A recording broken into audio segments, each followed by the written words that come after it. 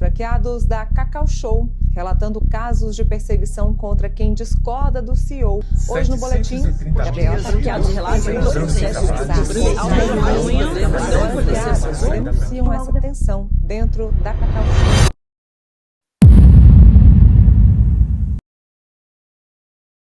Ainda vale a pena investir no mercado de franquias no Brasil? Se você é franqueador, franqueado, está procurando uma franquia para abrir? Pessoal, eu estou com uma série de 7 episódios, esse é o segundo episódio da série. Volte lá no primeiro, caso você ainda não tenha assistido.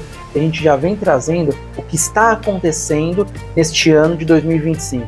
Eu estou gravando esse vídeo na virada de 25 para 26, fazendo uma retrospectiva do que eu elegi como um dos piores anos para o mercado de franquias no Brasil, em termos de escândalo, em termos de repercussão negativa, não de resultado, e o que isso pode impactar no futuro dos negócios. E nesse segundo episódio, eu estou trazendo um pouco do histórico do mercado de franquias. Para você que acha que o mercado de franquias está no fundo do poço, pessoal, o mercado de franquias, ele começou lá atrás, e eu já vou abrir aqui com informação. 60, 70 foram os anos que é onde nasceu o mercado de franquias no Brasil. Eram poucas franqueadoras, o negócio ainda começava a tomar corpo no Brasil, sem leis, sem regras, e o mercado de franquias tomou uma proporção muito grande nos anos 80.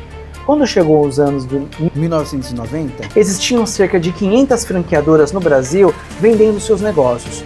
A pujança econômica era diferente da que é atualmente, mas não tinha regra, pessoal. Imagina, no início dos anos 90, era um negócio, cada um vendia de um jeito. Quem comprava ficava à mercê de não ter nenhum órgão protetor. Então, em 1994, apenas, foi um ano muito icônico para a nossa sociedade, né? Foram feitos acordos de paz pelo mundo inteiro, por exemplo. Dá um Google aí que você vai saber quais foram.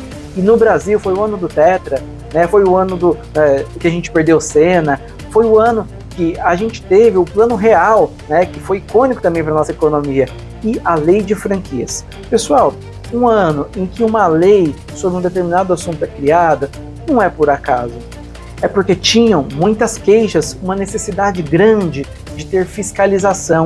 Então o ano de 1994 se tornou para o mercado de franquias o ano onde começou a ser fiscalizado através de leis, né, as regras sobre como franquear, né, o que o franqueador tinha que entregar. Então acabou sendo um ano muito importante para o mercado de franquias e de negócios no Brasil. O ano de 1994, onde foi criada a primeira lei de franquias. E para a gente buscar lá na memória, talvez você não se lembre, então se lá em 94 tinha tanto problema para fazer uma lei, de lá para cá os problemas continuaram. Não foi o pior ano exatamente, foi um dos momentos em que se precisou olhar para o mercado novamente, fazer modificações, criar regras, criar leis. E eu vou trazer para refrescar a sua memória, principalmente se você é 40 a mais, o que aconteceu lá nos anos 90, nos anos 2000 e os anos mais recentes, para a gente ter os cases de insucesso que são ícones de mercado para você relembrar. Quem não lembra da Lapa de Fiore? Quando eu comecei a trabalhar na área de franquias, isso lá no início dos anos 2000, eu tinha, iniciei nesse negócio de franquias pela Cacau Show, e ela estava começando no mercado de franquias. Na ocasião, eu era o primeiro consultor de expansão da Cacau Show. O negócio que a gente ia para a rua colocar Cacau Show era um negócio muito embrionário, né? Poucas pessoas acreditavam, e a gente tinha referências de mercado que a gente tinha que ir atrás. Entre elas, tinham 3 grandes do segmento de cosméticos. A gente, olha, se estiver perto dessas 3 marcas, a gente provavelmente já acertou no ponto, porque são as marcas referências nacionais em boa localização.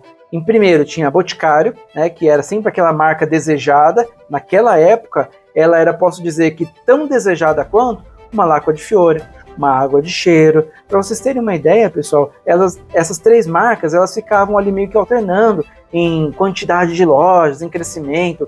Assim, para mim, que estava chegando, né, com toda a imaturidade do estar começando, mas enxergava as 3 marcas como marcas muito prósperas, assim, igualmente prósperas, não uma muito maior e outra muito menor.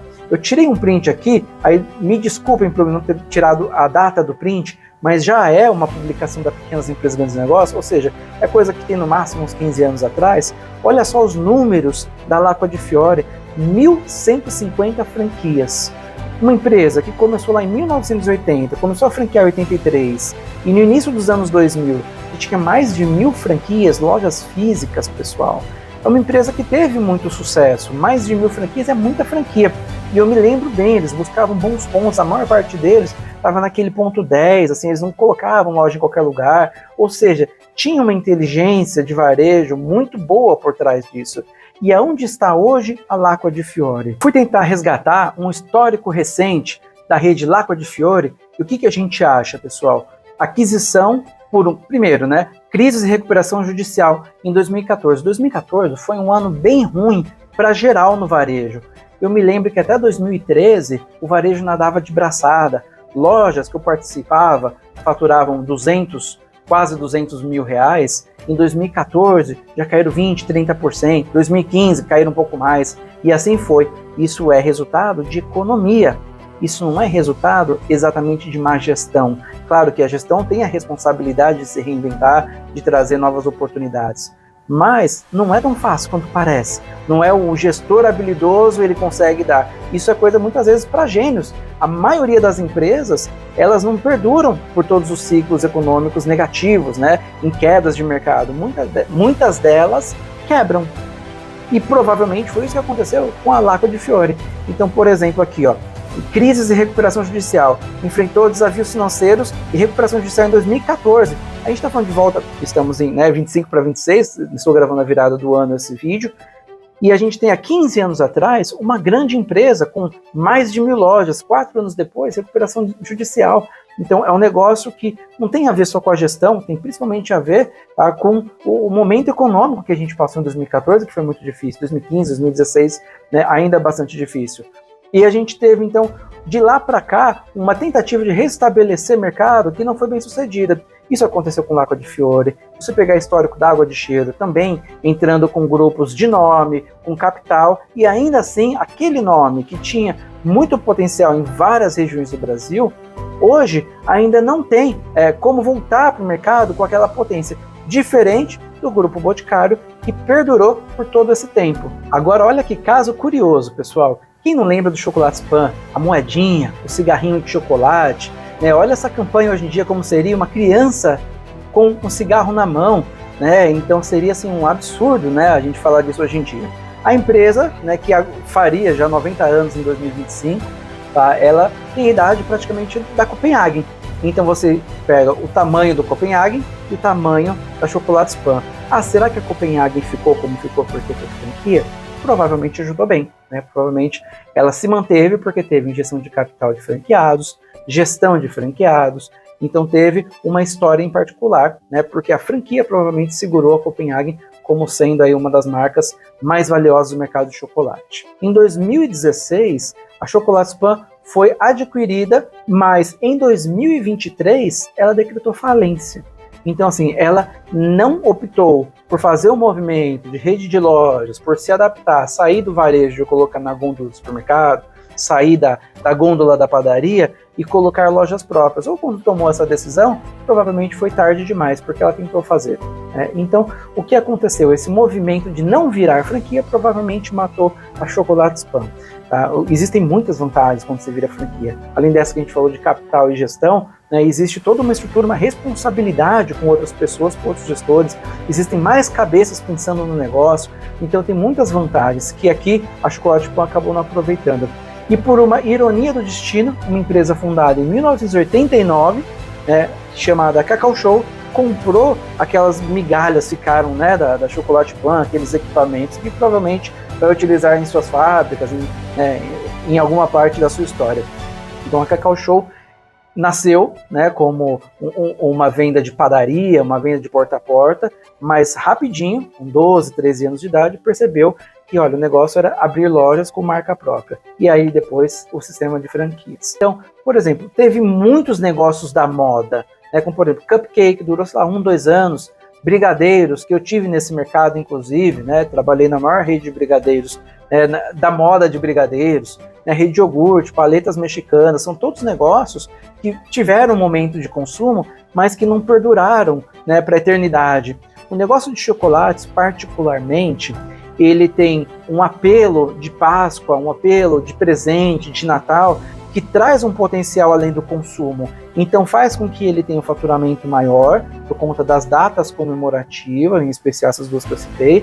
Então ele traz ali, agregando sempre uma coisa ou outra, normalmente é uma cafeteria, com exceção da Cacau Show, né, que por mais uma vez, uma genialidade lá do dono, ele não quer colocar cafeteria, ele coloca café, mas não quer que o salgado, ele não quer ter aquele momento de pessoas consumindo na loja, ele prefere colocar produtos atrativos nas prateleiras, para que tenha um maior giro, menos serviço dentro de loja, e essa é uma estratégia dele.